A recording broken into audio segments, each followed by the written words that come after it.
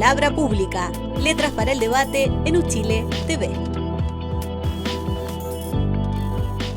Bienvenidos y bienvenidas a Palabra Pública, Letras para el Debate, un programa que hacemos en conjunto a través de Uchile TV y la Radio Universidad de Chile.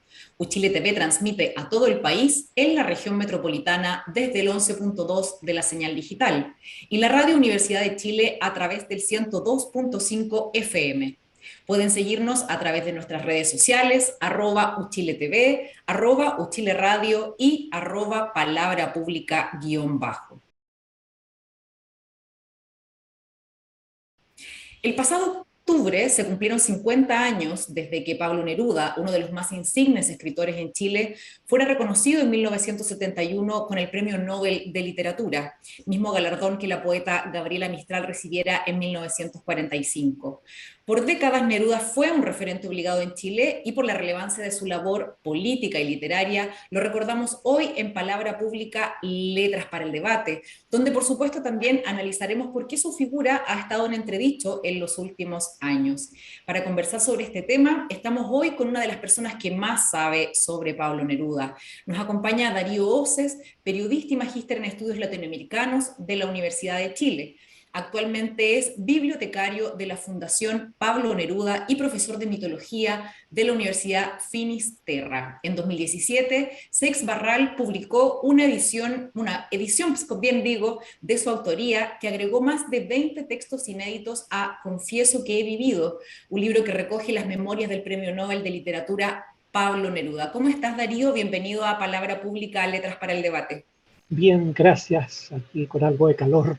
Que estos días ya se acerca el verano, al menos en Santiago tenemos una temperatura ya más el verano agradable. Que promete ser abrasador el verano. Así será, tenemos que esperar enero. Darío, ya lo decíamos en la presentación, en octubre se cumplieron 50 años de la obtención del Premio Nobel de Literatura de Pablo Neruda. Como un conocedor de la vida y obra de Neruda, ¿qué crees que significa la figura del poeta hoy en Chile, a medio siglo del Nobel y casi medio siglo de su muerte?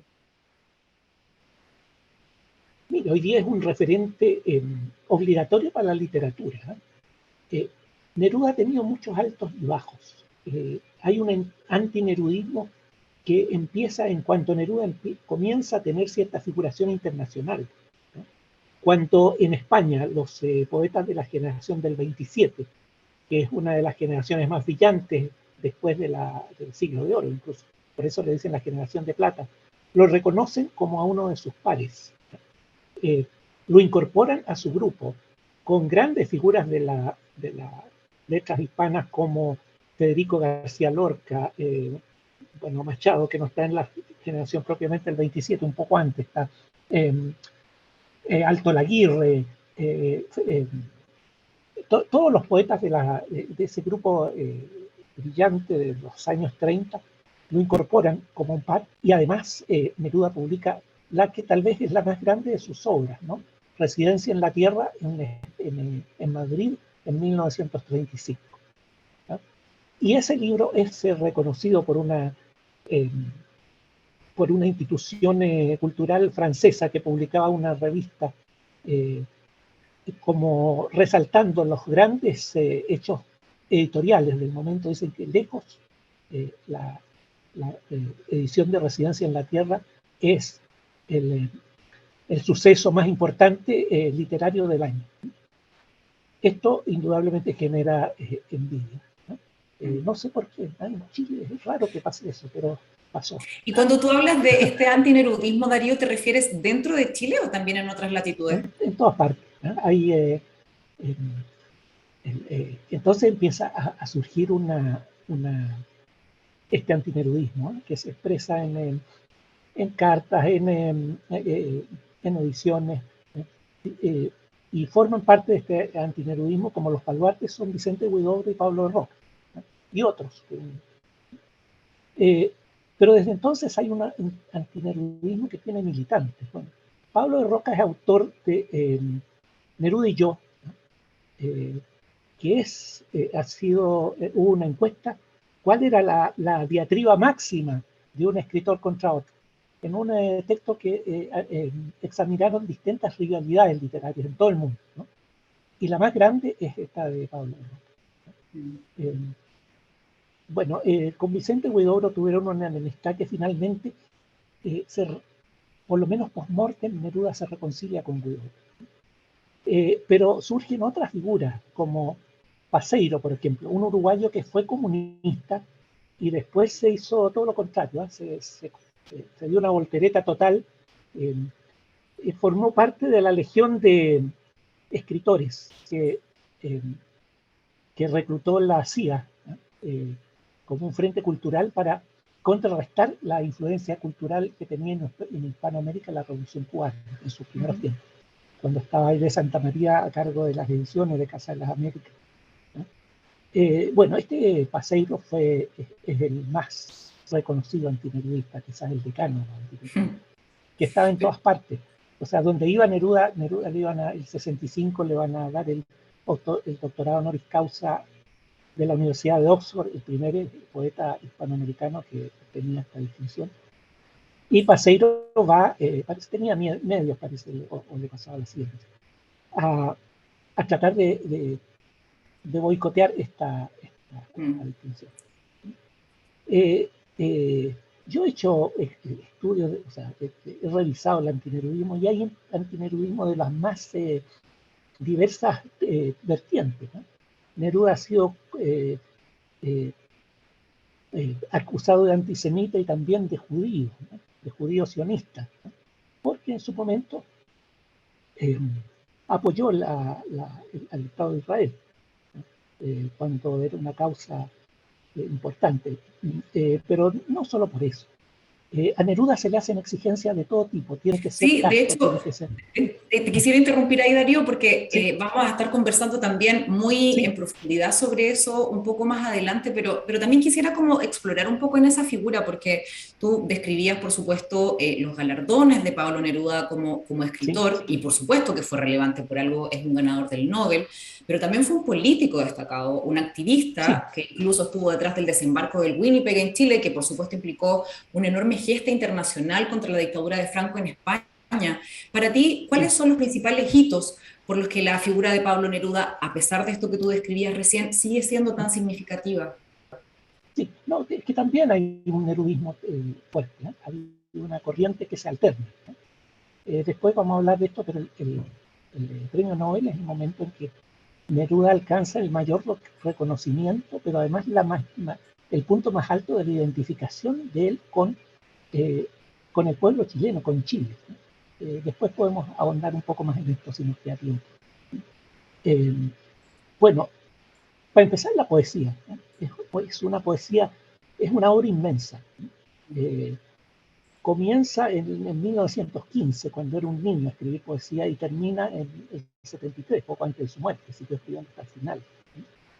Es una poesía que en el plano político es muy importante, pero tampoco es una poesía dogmática. Es una poesía que nunca, por ejemplo, a pesar de que estuvo cerca de ciertas tendencias como el realismo socialista, nunca vivió una tendencia. Era una poesía libre. Es una poesía además que está renovándose a sí misma y criticándose, autocriticándose a sí misma. Una de las cosas, de las facetas del antinerudismo es la acusación de que fue un servidor de Stalin, un cortesano de Stalin. Y efectivamente él admiró a Stalin porque Stalin había sido para él el hombre que derrotó a Hitler. Y en eso tenía cierta razón, porque el desembarco, los norteamericanos en sus películas siempre se ponen ellos como los ganadores de la guerra mundial. Y ellos desembarcan en Normandía cuando ya los rusos iban cerca de, o sea, habían cruzado la frontera de la Prusia Oriental, o sea, ya estaban en el territorio alemán. Y eso hace sospechar que el desembarco fue para evitar que los rusos se tomaran toda Europa. Bueno, pero eso es otro asunto.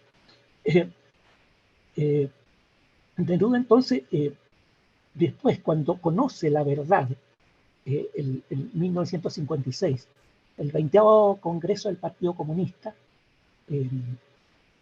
acepta, ¿eh? Nikita Khrushchev era el dirigente en ese momento de la Unión Soviética, el dirigente nazi, reconoce los excesos y los crímenes de Stalin. Y para Neruda, él lo dice en sus memorias, eso fue una conmoción moral, una conmoción, casi una conmoción cósmica. Se le cambia el mundo. Lo que se ignora es toda la producción poética en que Neruda revisa críticamente su posición frente a Stalin, y muy duramente. ¿No? Se hace una oda a Stalin en su muerte se llama, una, digamos, defendiendo los méritos que tenía, que eran algunos indudables, como el haber derrotado a Hitler, ¿no? Pero reconocía después todos los excesos y los crímenes que había cometido. Y no solo se queda en eso, sino que su poesía cambia radicalmente. A partir de Extravagar, su poesía es otra. Ya no está seguro de dónde está el bien ni dónde está el mal.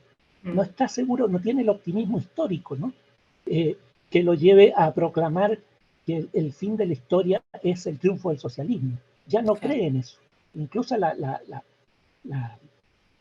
invasión soviética a Checoslovaquia en el año 68 lo golpea muy fuerte nuevamente y hace un poema contra eso, ¿no? Contra esa invasión que terminó con lo que se llamó Primavera de Praga, que podía haber abierto la posibilidad de un socialismo más amigable, digamos, con el pueblo. Darío, y tú te refieres a una revisión que hace Neruda, y por supuesto... Él hace una revisión. Claro, esta revisión que hace en el fondo como de la historia a partir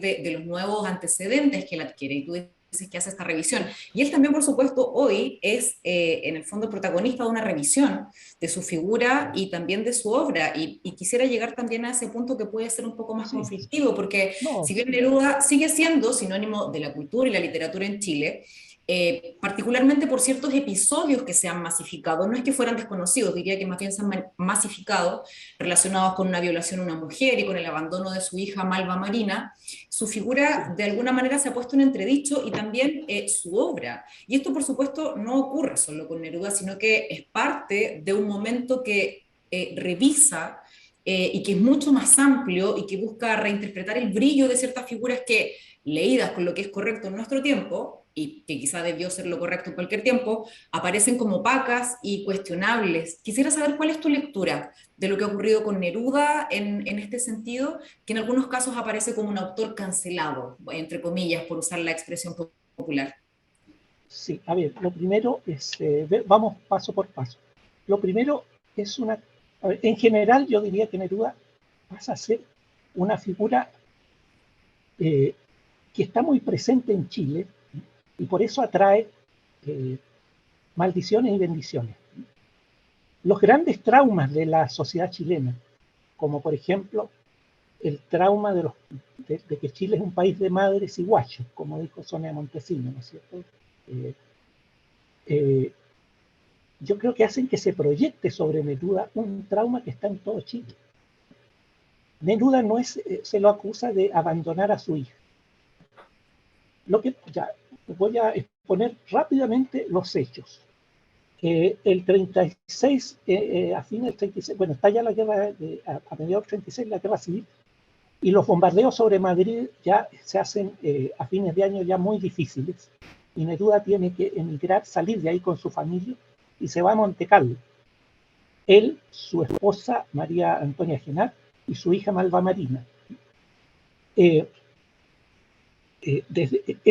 se queda sin pega, sin trabajo, porque se había banderizado mucho con la causa de la República, y un diplomático tenía que ser neutral. Era la cónsul en Barcelona. Y consigue un trabajo en Francia para organizar un congreso antifascista. Entonces él se va a hacer ese trabajo, y la mujer, María, de común acuerdo, se va a Holanda, estamos hablando del 37, fines del 37, porque ella también podía trabajar allá. Neruda se le ha acusado de que nunca más va a ver a su hija, que la abandona. Él siempre mandó el dinero, y eso está documentado porque lo hacía a través del consulado.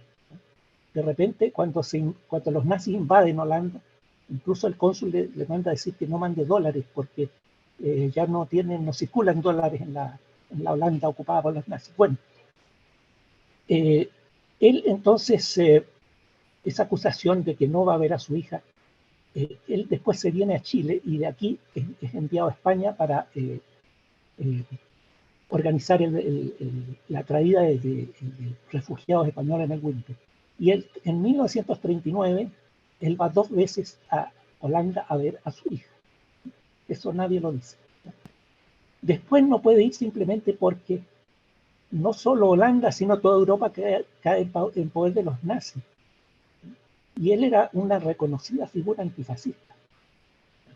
Se han hecho, yo he hecho una antología de los disparates que se han hecho. Por ejemplo, se ha dicho, un escritor lúcido como Enrique Lafourcade ha dicho, el poeta que tanto admiramos hoy día se negó a ir a los funerales de su hija. Malva Marina muere el 43 en Holanda. Neruda estaba en México en ese momento. Europa en poder de los nazis, no hubiera podido ir. Además que uno se pone en el caso de ahora, que es cuestión de tomar un avión y tú estás al otro día en Europa, por ejemplo. En ese tiempo no era así, había que cruzar el Atlántico en barco y en un Atlántico infectado por submarinos alemanes. Y si hubiera llegado, tampoco hubiera podido, o sea, lo mandan a un campo de concentración rápidamente. Bueno, en la segunda también aparecía alguien, no la voy a mencionar porque no tiene sentido, que decía que Neruda fue a dejar a su hija a Holanda, en plena guerra mundial, a Holanda, donde exterminaban a los deformes, ella tenía hidrocefalia. Eso no puede ser, no hay por dónde, no tiene ninguna. Lo que pasa es que estas cosas empiezan a agarrar vuelo y ya el juicio crítico se anula. Claro, Darío, y claro, o sea, tú haces una cronología de los acontecimientos que es distinta de la que hemos escuchado o leído en otros lugares respecto de lo que ocurre finalmente con su hija. No te has referido, por ejemplo, a lo que yo te decía con esta mujer a la que, según sus propias palabras, pero al margen de eso, ¿qué te parece a ti este movimiento que revisa las vidas privadas de los autores, sobre todo, y digo los y no las y los porque son mayoritariamente hombres, y que revisa su vida personal y que a partir de eso también revisa si es lícito o no leer sus obras? ¿Qué otra revisión ha habido fuera de la de Neruda? ¿Se ha revisado, Chile? Por ejemplo, se ha revisado la homofobia de Pablo Roca? ¿Se han revisado los testimonios de Sun Axelson sobre su vida personal con Nicanor Parra? Ocurrió con Alberto Fuguet hace no tanto tiempo. Es el caso pero que se Alberto Fuguet, la que dijo ahora. Que había violado a una empleada mapuche, no pasó nada más. O sea, a Neruda. Violeta Parra, de hecho, podríamos decir que también abandona a su hija porque está en Polonia cuando ella muere y no vuelve 2 años después. Puede no ser abandono porque la niña había muerto, pero su familia no es un hecho, no sé, yo no condeno a nadie, no sé, tampoco conozco las circunstancias. Claro, lo que tú dices es que con Neruda pasa algo distinto de lo que ocurre con otros autores y autoras. ¿Y por qué crees que ocurre eso con Neruda y no ocurre con otros autores que tú mismo estás mencionando ahora? Porque Neruda ha pasado a ser un ícono y ahí se proyecta, por ejemplo, este trauma, te decía, de la sociedad chilena del padre abandonador. Es muy fuerte eso, porque está muy instalado en nuestra sociedad. Lo mismo que el caso de todos los hombres chilenos, yo creo, de ciertas generaciones, tienen un complejo de culpa, un sentido de culpa, aunque sea muy profundo, de haber abusado, no digamos violado, de subalternas inferiores, o sea, subalternas inferiores es una redundancia, pero de subalternas, de mujeres subalternas. Los médicos con las enfermeras o las auxiliares, los jefes con las secretarias. Mi generación y muchas otras antes, y varias después, se iniciaron sexualmente con la empleada doméstica. Y el abuso contra la empleada doméstica, que no solo era sexual, sino que era una reproducción del inquilinaje, era una mujer puertas adentro, era prácticamente, estaba cautiva en la casa. Hay muchos testimonios, muchos piezas literarias, Juana Lucero de Dalmar, por ejemplo, las novelas de José Donoso, que hablan de eso. Pero Neruda aparece como recibiendo, además, el siglo XX ha sido un siglo de violaciones desatados. Los japoneses convirtieron en prostitutas a las chinas, a las mujeres chinas, en prostitutas de su ejército. Los alemanes violaron mujeres en Rusia. Los rusos violaron después mujeres en Alemania. Muy liberadoras han sido, liberaron a la Europa del fascismo, pero las violaciones están, y violaciones masivas. Y por supuesto hay que denunciarla en cualquier caso, o sea, como que ella Claro, creo que ya nos claro, estamos escapando pero un poco del Neruda tema, pero aparece, vamos a volver sobre pero, eso, no, pero te digo, ¿por qué Neruda aparece como, en medio de este tremendo panorama de violaciones, Neruda aparece como el como te dijera, el ícono, el emblema del violador, cuando hay cosas mucho peores, que se habían naturalizado incluso. O sea, lo que tenemos que hacer... Son parte de las atrocidades, digamos, de las décadas pasadas. Las atrocidades, lo que tenemos que hacer es una revisión crítica del pasado.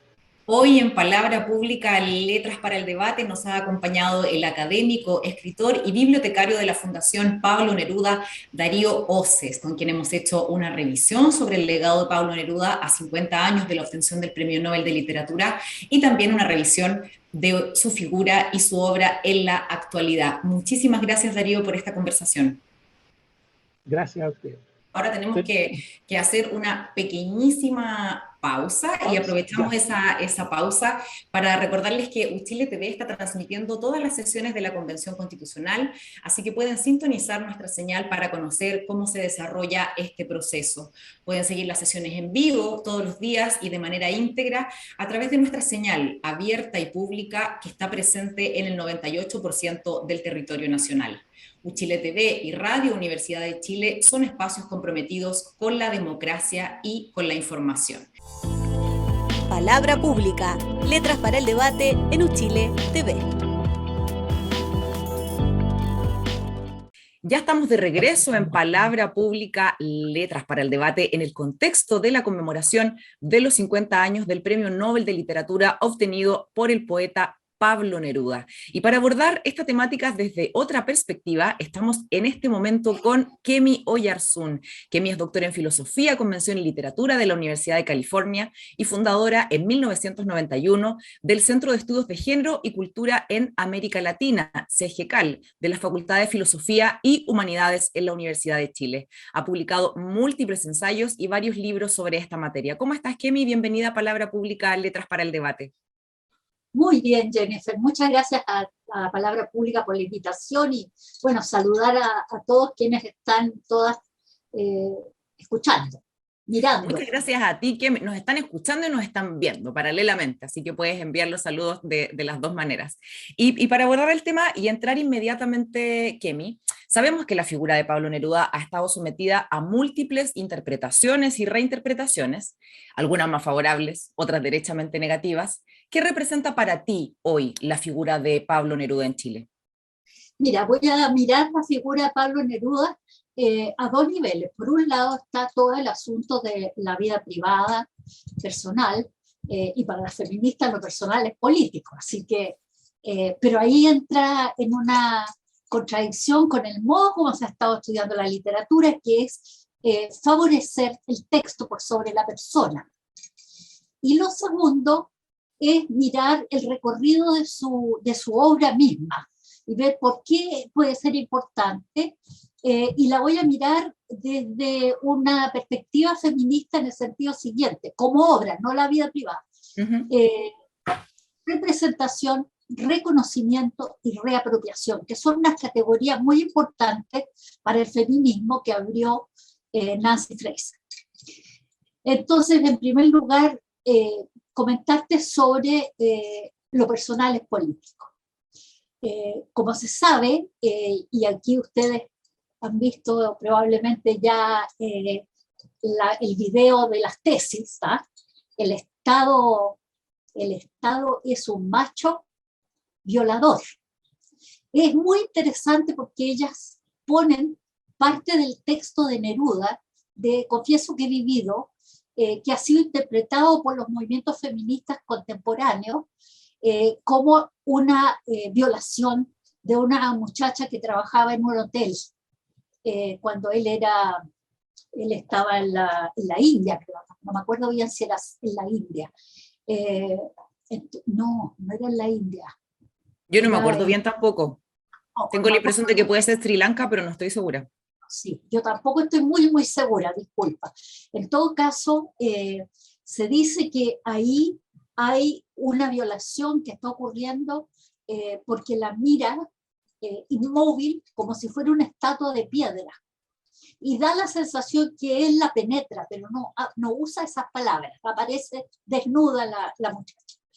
Entonces, claro, evidentemente uno tiene que plantearse la vida personal frente al texto mismo. Y hay una diferencia notable. ¿Por qué? Bueno, la primera vez que yo me encontré con esa diferencia fue cuando a Borges, el gran escritor Borges, Jorge Luis Borges, la dictadura de Pinochet le dio un premio. Le ofreció un premio y me quedé atónita porque la verdad es que la obra de Borges no tiene nada que ver con la dictadura. Bueno, ahí entonces empecé a tomar mucha nota en que sí, Borges apoyó a Pinochet, pero su obra escapa, pero con todo, a todo lo que huela a tiranía, a autoritarismo.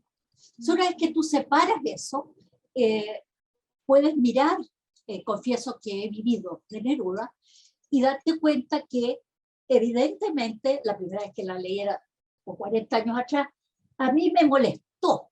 Yo no era tan feminista en ese momento, pero sí me molestó ver que una persona que trabaja, que además le llevaba los excrementos, había sido tratada como una cosa, como un objeto de deseo.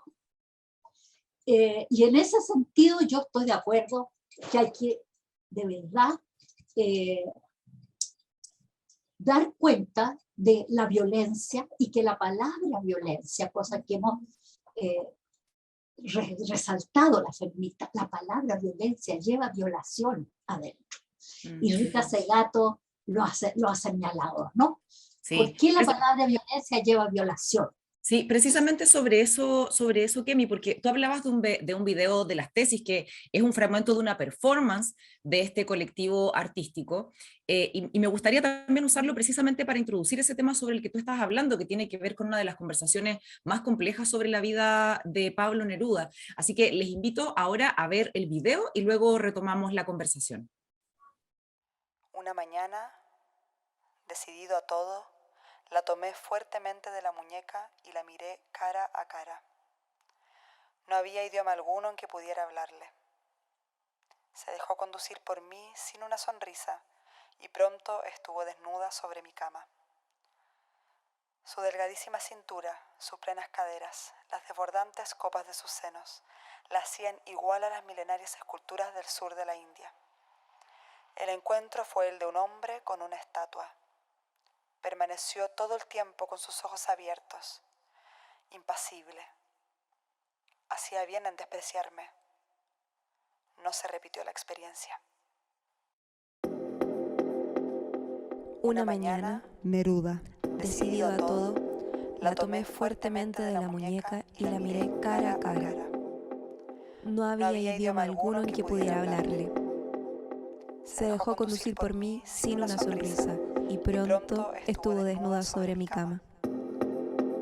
Su delgadísima cintura, sus plenas caderas, las desbordantes copas de sus senos, la hacían igual a las milenarias esculturas del sur de la India. El encuentro fue el de un hombre con una estatua. Permaneció todo el tiempo con sus ojos abiertos, impasible. Hacía bien en despreciarme. No se repitió la experiencia. ¿No se repitió la experiencia?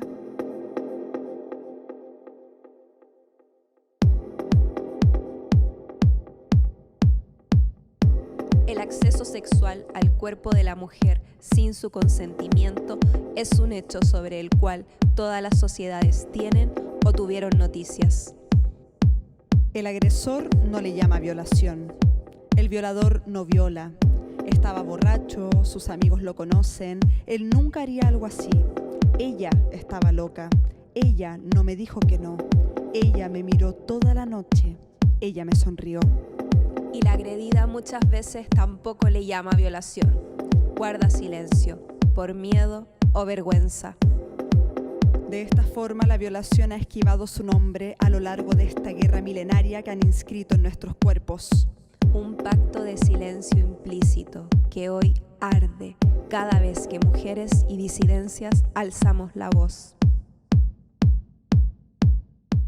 Bueno, ya vimos a lo que se estaba refiriendo Kemi Oyarzún con este video, este pequeño fragmento de una performance de las tesis, y tal como tú decías hace un ratito, Kemi, la penalización de todo tipo de abuso sexual y sobre todo de la violación es una de las demandas más importantes del movimiento feminista, y precisamente por este acontecimiento la figura de Pablo Neruda ha sido duramente cuestionada. Yo quisiera saber si para ti es complejo resaltar de alguna manera, por una parte, la obra de Pablo Neruda y el valor literario que tú le asignas, y por otra parte, hacer esta lectura de su vida privada siendo feminista, tal como tú te planteas frente a estas reflexiones. Sí, precisamente es complejo porque yo definitivamente pienso que lo personal es político. Ahora, evidentemente ahí hay una cosificación que ha sido interpretada como violación.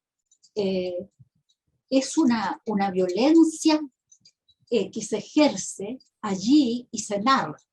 La narra un Neruda más viejo, ya cuando se toca la biografía de Neruda post-mortem. Él ya había muerto cuando salió el texto, así que no lo pudo arreglar. Lo que sí, evidentemente, ese cartel feminista Neruda, cállate tú, o el Estado es un facho violador, te hace pensar definitivamente que los varones, no importa de dónde vengan, han sido mandatados por un circuito que llamamos el tráfico de las mujeres, en donde las mujeres no somos sujetos, o no hemos venido siendo sujetas de deseo o sujetas de lenguaje. De hecho, podríamos decir que la literatura es altamente patriarcal, porque a las mujeres se les ha dado muy poca importancia, y de hecho las mujeres lograron relevancia en los epistolarios y en las biografías, cosa que es considerada en segundo término minusvalorada, digamos, en la literatura. Entonces, evidentemente, que ese tráfico de las mujeres hace que las mujeres seamos objeto de deseo, objeto de erotismo, mira qué cosa, objeto de erotismo, bueno, y también de heroísmo en toda la historia, ¿verdad? Las heroínas son mínimas, y los varones aparecen como sujetos.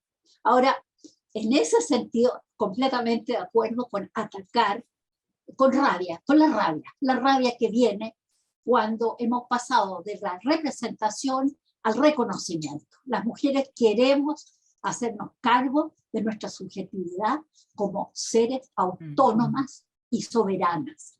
Y ese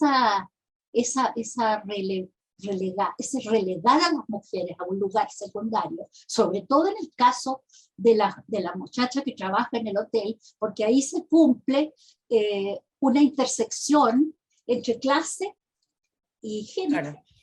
Entonces, evidentemente eso perturba, y yo me pliego a decir que el Estado es un facho violador de las tesis, y que en el fondo la literatura ha conllevado una violencia simbólica, cultural.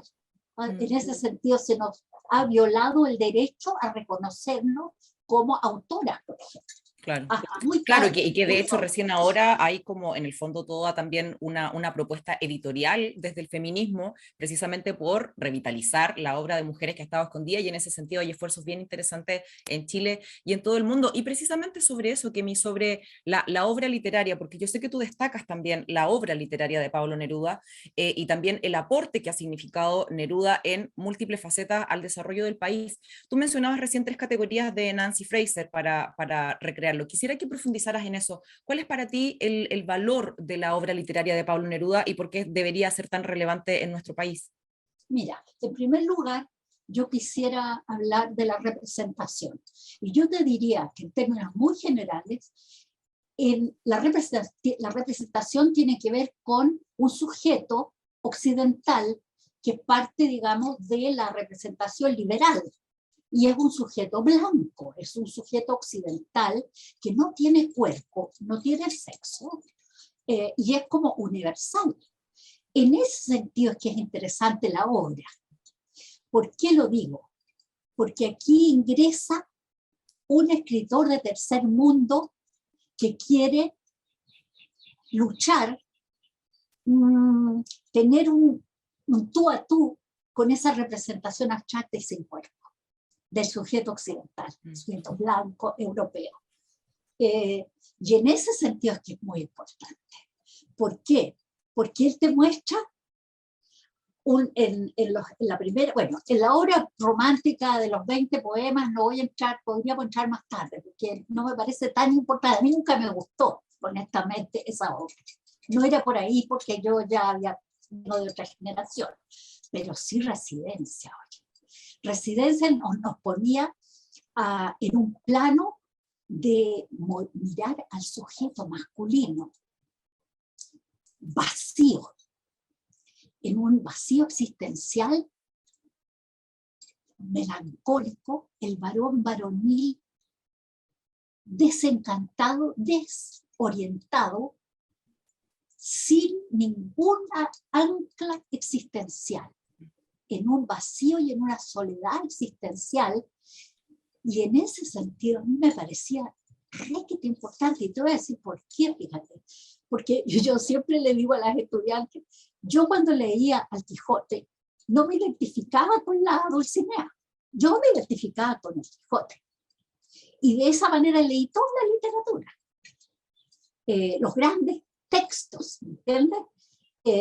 Y cuando llegamos a los surrealistas, evidentemente yo sentí, mira qué importante dar cuenta de la fragilidad del sujeto, porque yo me identificaba, yo estaba estudiando en Estados Unidos y yo me sentía una sujeta completamente vaciada de sentido, no reconocida, y me gustó el hecho de que desmantelaran ese sujeto perfecto, universal, esencial, sin cuerpo, y que estos varones, ya sea Federico García Lorca, a quien, tú sabes, Neruda admiraba mucho, a los surrealistas, estaban mirando ya las falencias del sistema de representación liberal.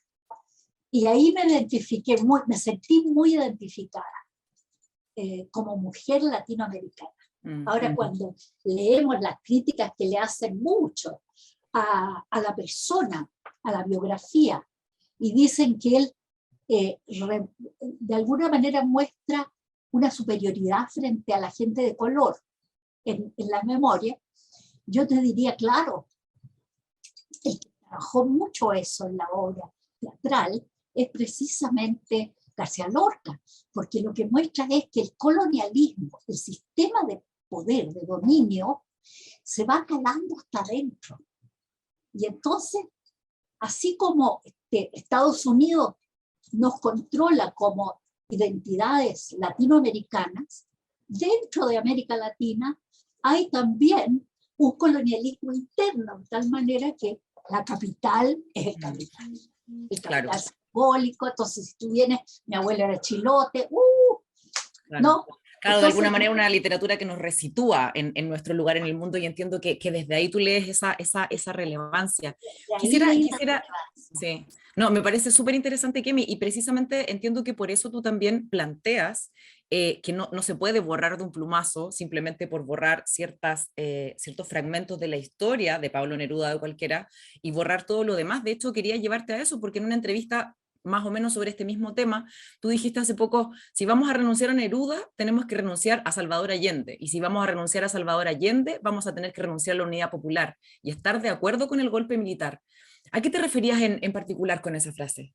Es duro, es duro. Súper dura, por eso te la planteo, porque me interesa que la desarrolles. La sentí profundamente, te voy a decir por qué. Estamos a 50 años del Premio Nobel, estamos a 50 años, hace poco, de la Unidad Popular. Y yo he estado reviviendo las memorias históricas de la Unidad Popular desde el lugar que ocuparon las mujeres, que es un lugar casi invisibilizado. Entonces, claro, la Unidad Popular se preocupó de la representación, sí, se preocupó de la representación, y en 71 hubo voto universal y no tenías que tener propiedades ni leer. Por tanto, ahí hay un cuento importante. Y en segundo lugar, un reconocimiento como pueblo colonizado y permanentemente amenazado por el fascismo, cosa que vemos hoy, y por el imperio. Entonces, realmente creo yo que hay que rescatar esa parte de la historia y reconocer, junto con Julieta Kirwan, que tenemos que hacerle una crítica al reconocimiento del pueblo colonizado, pero no hubo igual reconocimiento a las mujeres. Y Julieta Kirwan, yo me hago cargo de lo que ella dice. Dice, ¿por qué le exijo y me enojo con la izquierda y no me enojo con la derecha? Porque la izquierda ha tomado la palabra de la liberación. Y ella dice, y yo les digo a los compañeros de la Unidad Popular, reconózcanme con mis diferencias en el proyecto de la Unidad Popular. Y yo creo que hasta el día de hoy tenemos deudas enormes, por ejemplo, con Laura Allende, por ejemplo, ¿no es cierto?, con gran parte de las mujeres de la Unidad Popular. De hecho, la misma Julieta Kirwan la despedazaron públicamente sus pares masculinos al interior de los partidos políticos porque la acusaban de estar de alguna manera destruyendo la unidad que representaban los partidos políticos por esas mismas declaraciones. Y creo que es interesante también actualmente, pensando también desde el feminismo, Kemi, la manera en que la figura de Pablo Neruda, que siempre había sido el ícono indiscutible de la literatura en Chile, ha ido siendo reemplazada, al menos en el interés de las nuevas generaciones, por la figura más postergada de nuestra primera premio Nobel, que es Gabriela Mistral. Y por supuesto son diferentes, y son diferentes también sus contribuciones a la cultura y a la literatura. ¿Y cómo nos arreglamos, crees tú, para mantener tanto a Pablo Neruda como a Gabriela Mistral en un lugar relevante de nuestra historia? Mira, para mí Gabriela Mistral, ¿qué decirte? O sea, como feminista, la matria me representa, y creo que si usáramos el concepto de matria en la Unidad Popular, veremos que tenemos una enorme deuda.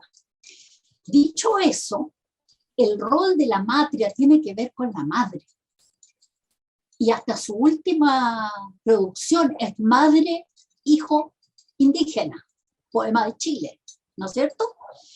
Entonces, evidentemente, hoy estaríamos en condiciones de decir, mi madre, mi padre. Pero esa soy yo, que vengo del existencialismo, que vengo de una crítica que favorece la literatura secular, que va desplazando el ideologema de la familia, el rol de la iglesia, el vínculo entre iglesia y aparatos militares, ¿no? Piensa tú que a Gabriela Mistral la reinventó la dictadura y la puso en ese sitial. Ahora, ¿eso me enoja? No, pues a mí me encanta Violeta Parra. Violeta la llamó Santa Gabriela Coronada. ¿Ah? Violeta Parra la coronó. Pero yo soy secular.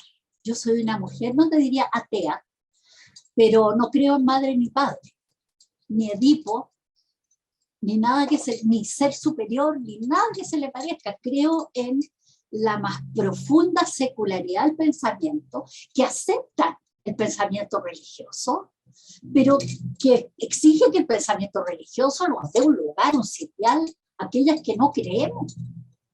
Y yo creo que ese es uno de los aportes de toda la línea que viene con ciertos poetas como Neruda, que desde muy temprano hablan de la hermandad con mujeres y con hombres, habla de la hermandad, porque está bajando del mundo en donde parecía que el universo tenía un sentido superior sagrado.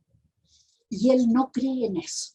Primero lo vacía, al universo lo vacía de sentido, baja aguas sexuales, baja a su cuerpo, a su erotismo. Hasta hay un poema en donde él en el fondo se masturba con sus piernas y lo dice así de claro. Tiene un poema cuando García Lorca está vivo, un poema al homosexual que es una belleza. Entonces ellos se sienten hermanos huérfanos. Hay una orfandad. Lo mismo tiene Vallejo, el poeta peruano.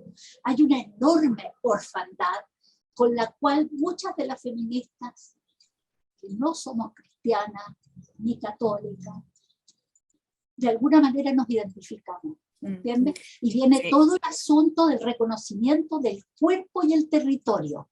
Y yo creo que ahí hay una hermandad con Neruda y con Mistral, cuerpo y territorio. Hay aquí una lectura que tú haces, Kemi, que me gusta mucho porque complejiza un poco más el escenario, ¿no? No es simplemente una lección de una cosa a la otra, sí, no, persona cancelada o persona venerada, sino que podemos hacer reflexiones mucho más profundas como las que tú nos has acompañado a hacer hoy. Hoy ha estado en Palabra Pública, Letras para el Debate, la académica, doctora en filosofía y feminista Kemi Oyarzún, con quien hemos reflexionado sobre la figura y obra de Pablo Neruda a 50 años de la obtención del Premio Nobel de Literatura. Muchísimas gracias, Kemi, por estar en Palabra Pública. Gracias a ti, Jennifer, gracias a todas en la Universidad de Chile. Muchas gracias también a todos y todas quienes nos siguieron hoy a través de Uchile TV y Radio Universidad de Chile. Recuerden que Uchile TV transmite a todo el país en la región metropolitana desde el 11.2 de la señal digital. Pueden escuchar, como siempre, la Radio Universidad de Chile a través del 102.5 FM.